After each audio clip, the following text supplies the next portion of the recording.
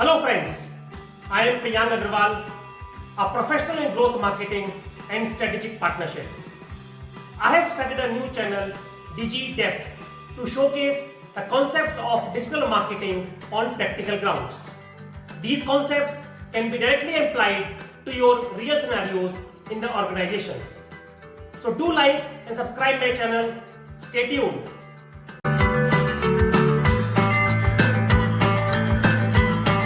Today I have picked the topic influencer marketing. A lot of content on internet and YouTube is present on influencer marketing, but none of the content talks about the practical and the implementable approach. In this video, I will only talk about the practical and the implementable approach. Through this video, you can actually implement or you can actually do influencer marketing in your organization. First task is you have to do internal decision making. Now this task is divided into 5 steps. Step 1 is you have to decide on what you want to promote, a product, a campaign, or overall branding awareness. Step 2 is target audience or your TG. That is your gender, education, age, geography, all these things you have to decide. Step 3 is you have to decide the category of the influencers, or we can say like the genre of the influencers. Now this particular thing is decided based on your TG profile. Fourth step is that you have to decide on the platforms, Facebook, Instagram, Twitter, like that. This is also decided on your TG profile. Last is the budget.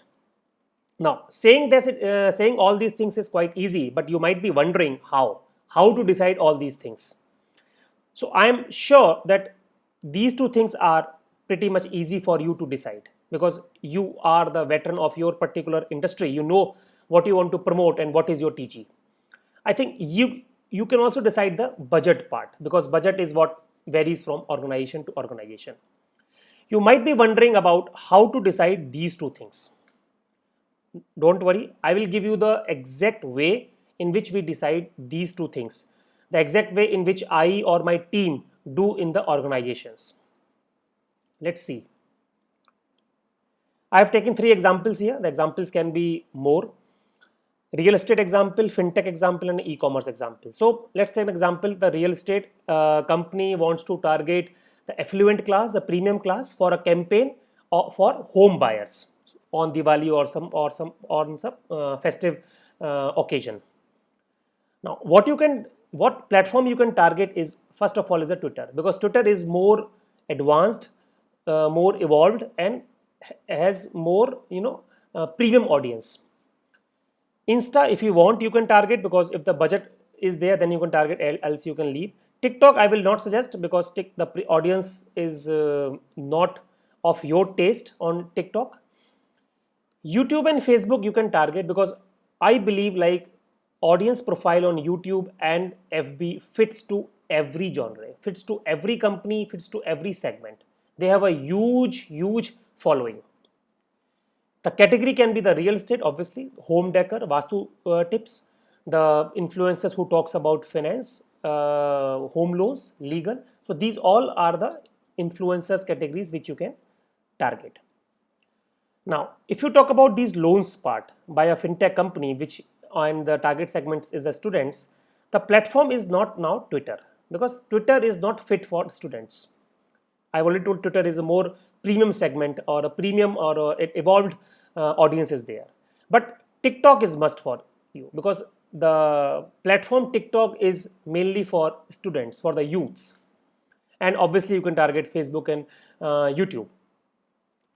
The category should be finance, legal, which talks about the loans part, or you can go for influencers which talk about humorous content, parody content. These are quite popular in the students community. You can also target influencers from the coaching institutes, like some famous teachers. For the e-commerce company, you should go for Insta, because Insta is a platform where young moms come, share their stories, share their pictures. It's very important for this type of example. YouTube, Facebook, definitely you can go for that. TikTok, I will say, if you want, you can go for that if the budget is there, else you can omit it, because the genre is not entirely fit. The category should be celebrities, professional moms, pharma who can tell about your the ingredients, the natural ingredients in the product, doctors who can recommend, and the counselors. So these are the categories. So I think you might be getting a feel like how the digital marketeers decide on the platform and on the genre based on your TG and based on your industry. Let's move on quickly on to the step 2 or the task 2, which is like hiring an agency and then finalizing it. See, one thing you have to understand is that hiring an agency makes the task easier, because now you don't have to go to each and every influencer and ask for the rates. It will be very cumbersome activity for you. This will be done by your agency. I always recommend to hire an agency. If you have any doubt on which agency to hire, which is good, you can comment in the comment section. You can touch base with me. I will be more than happy to help you out which agency is perfect for you. I have a lot of contacts in the agencies. Step 1 is obviously hire an agency, look at the past work and all that, the due diligence that you do, brief them about the concept. So the briefing is like what you have done in the task 1, that is the internal decision making steps.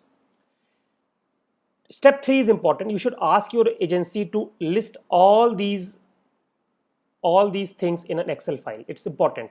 Influencers list, their handles, the category, the genre, followers, subscribers, quantity of the post and video, what will be the frequency, content type, estimated reach and views. This is important. You should ask what will be the estimated views and reach for every post or every video that the influencer is going to that influencer is going to make it live, and the cost, the commercials part, obviously.